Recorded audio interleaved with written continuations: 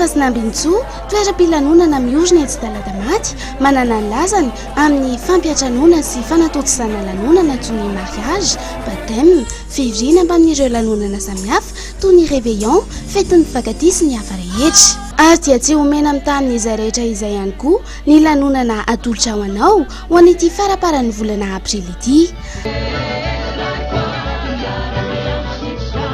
Ary ny taom-baovao malagasy zoma 4 aprily 2024 manomboka amin'ny 7 ora alina. Ny ady vorofidy sosina sy ny espasy Nambintsoa Daladamaty ary no manasantsika hiarahana korana sy lanona ary fampiarahaba noho ny fahatrarana ny taona. Zoma 4 aprily izao ary lanonana fiaraha-misakafo sy mikorana ao amin'ny espasy Nambintsoa Daladamaty. Ary ny taom-baovao malagasy anehoana ny maha-malagasy fa indrindra anasongadinana ny sakafo, ny dia, ny hira, ny taovolo ary ny fitafy malagasy.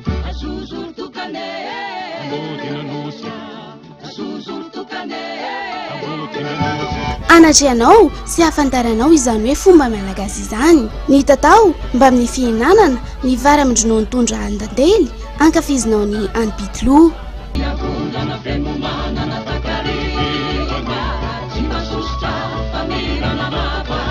Iantoka ny dihin-drazana tena malagasy satria dia azo antoka tokoa raha ny halafatsy ny ambiance amin'ny fiarahana amin'ny Nambintsy orchestra sy ny VAM na ny vondron'ny artista mandala ny maha-malagasy anafana ny lanonana.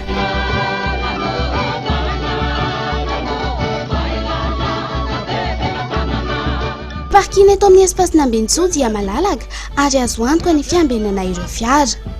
Tsy atao sakana ho an'ny fianakaviana mamonjy lanonana eto amin'ny espasy Nambintsoa ihany koa ny fitondrana zaza efa misy mantsy ny hevitra manokana miaraka amin'ny nenenina ametrahana azy ireny. Zanaka malagasy sahay mandala ny fihavanana any raha manana tsy azonao sarahane.